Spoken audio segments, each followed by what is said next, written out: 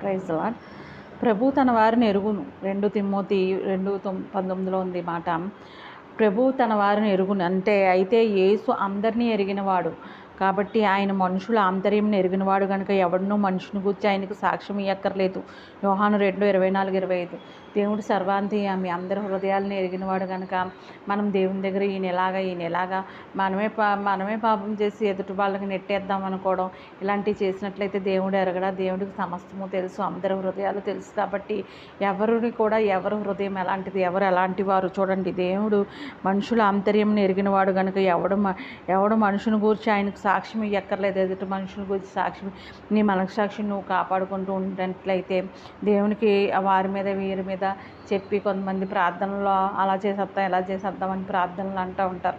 కానీ దేవుడు ఏం ఆలకించడు. దేవుడు సరైన ప్రార్థన మరి మాత్రమే ఆలకిస్తాడు. దేవుడు ఎల్లప్పుడూ నీతికరమైన ప్రార్థన, సంయోచితమైన ప్రార్థన, అర్థవంతమైన ప్రార్థనకి జవాబులు ఇస్తారు. కానీ ఎలాగా అని మనుషులు ఒకరి మీద ఒకరు చెడ్డగా మాట్లాడుకుంటూ చెడ్డగా మరి మాటలు పలికి ప్రార్థనలు చేసేసినంత మాత్రాన దేవుడికి ఎవ్వరు కూడా సాక్ష్యం ఇవ్వక్కర్లేదు. ఎదుటి మనుషుల గురించి దేవుడికి అందరి హృదయాంతరంగాలు తెలుసు అనేది ఈ వాక్యం అన్నమాట.